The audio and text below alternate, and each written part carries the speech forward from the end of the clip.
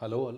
In this video, we are going to discuss about problems from case control study. Before going to the problem of case control study, we should understand about the study designs in research and we should know where case control study stands. So, if we ask a question whether we are whether we are assigning any exposure or intervention in our study, yes, then it is a experimental study. If we are not assigning any exposure, then that is an observational study. Under experimental study, if we are doing random allocation, that is a randomized control trial. If we are not randomly allocating the intervention, then it is a non-randomized control trial. And on the other side of the research study, that is the observational study, where we are not assigning any exposure, we have to ask the next question whether we are having any comparison group or not. If there is no comparison group, then that is a descriptive study. Most of the studies will focus on time, place, person. All your case series, ecological studies comes under descriptive study only. If you have a comparison group, then that will be called as analytical study.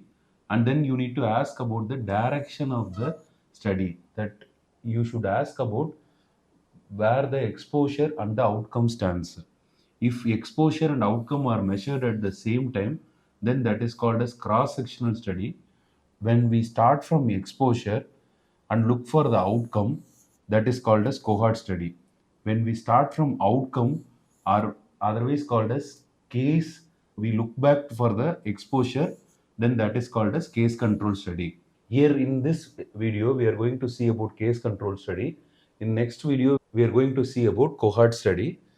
Since we look back in the case control study, that is, we look back from outcome to exposure, we call it as retrospective study.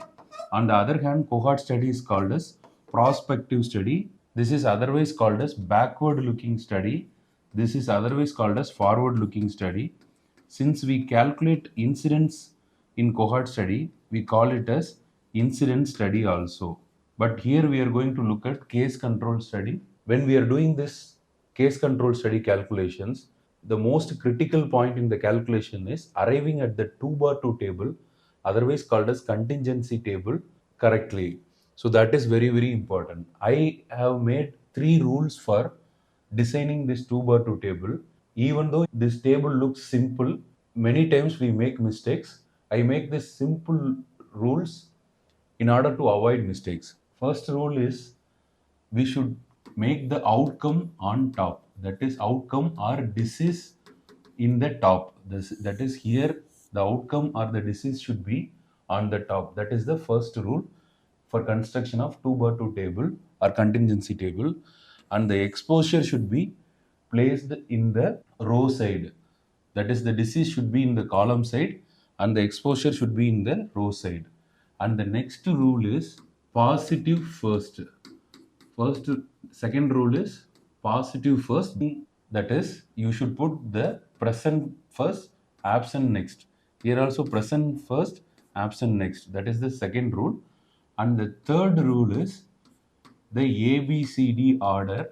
That is, it is A, B, and C, D. It is not A, B, and C, D. You should not put like this, but you should put like A, B, and C, D. Like this, the order should come, then only the calculations will be correct. So this is A plus C, this is A plus B, this is C plus D, this is B plus D, this is A plus B plus C plus D.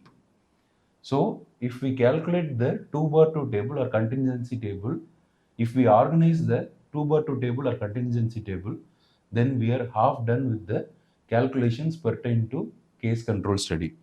Now in case control study, we have 2 important parameters that we will calculate. One is the exposure rates. This exposure rates among the deceased and exposure rates among the non-exposed. We have odds ratio also. Before coming to the odds ratio, let us finish up this exposure rates. Exposure rates among the deceased is given by the formula A by A plus C. A plus C is the deceased and among them A is exposed. So this is exposure rate among the deceased. exposure rate among the non-deceased is, the denominator is B plus D, and the numerator will be B. So these are the exposure rates, that is A by A plus C and B by B plus D. Then we can calculate the odds ratio, otherwise called as cross product ratio, that is calculated by AD by BC. You can remember by this mnemonic: after death, that is AD divided by BC, after death divided by before Christ. So with that you can calculate the odds ratio, or AD by BC. How to interpret this odds ratio is, if suppose you get odds ratio as 3, then it means that the odds of the exposed developing the disease is 3 times more than that of the odds of the non-exposed developing the disease. So that is called as odds ratio. Now we work out one problem with case control study, and we end this presentation. Now here we have this problem. I read up this problem. In a population of 900, 300 developed breast cancer, and among them 60 used oral contraceptives. Of the normal healthy individuals, 60 were using oral contraceptives. Now construct the contingency table and calculate the exposure rates, calculate the odds ratio, and interpret the result. So here are the answer key. We will work out over it. So first we have the exposure factor as oral contraceptives and outcome as breast cancer. So first and foremost thing what you should do is, the breast cancer should be on the top and the exposure, that is oral contraceptive use, on the side. The next is, we should put the present and absent, that is using OCPs and not using OCPs, on this side. Then here we have the total population of 900, that is 900 is the total population.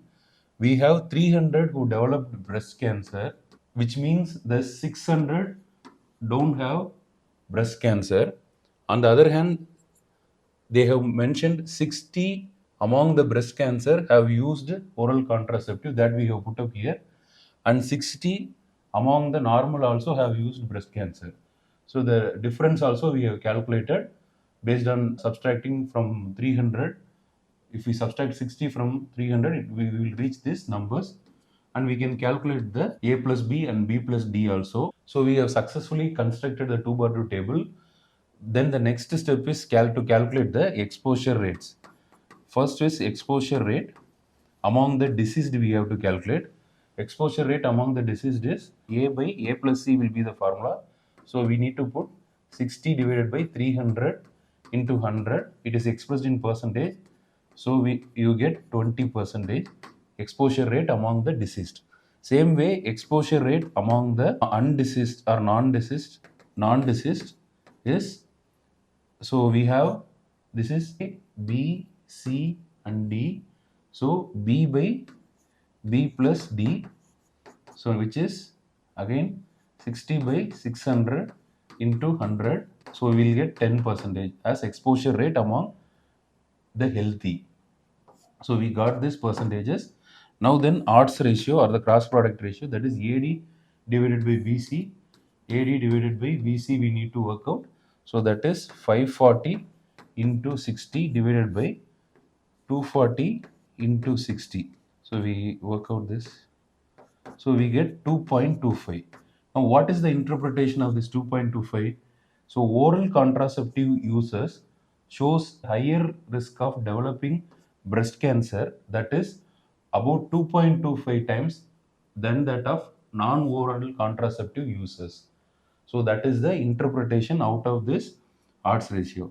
Suppose we get odds ratio less than 1, it means the factor is protective.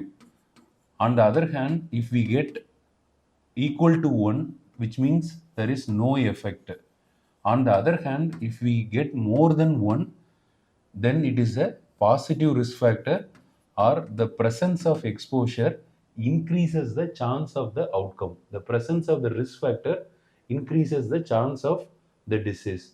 When the odds ratio is less than 1, the presence of the risk factor reduces the chance of outcome. For example, vaccination reduces the chance of the disease. Seat belt helmet usage reduces the mortality in RTA. So all these are all protective factors when the odds ratio is less than 1. So same way odds ratio can be interpreted as the reduction when it is less than 1, and more than 1 it is a positive risk factor or positive association can be present. So to sum up, the most important step in case control study is the construction of the 2 bar 2 table or construction of the contingency table. We have three rules for it: outcome on the top, positive first, then A, B, C, D. That is our three rules. After doing that, we calculate the exposure rates among the deceased and exposure rate among the healthy. Then we calculate the odds ratio, cross product ratio, and we have learned how to interpret odds ratio when it is greater than 1, equal to 1, and less than 1. Hopefully, you have understood the problem in case control study. If you like this video, please click on the like button and share it to your friends. And if you haven't subscribed to the channel, please subscribe to the channel. Thanks for watching.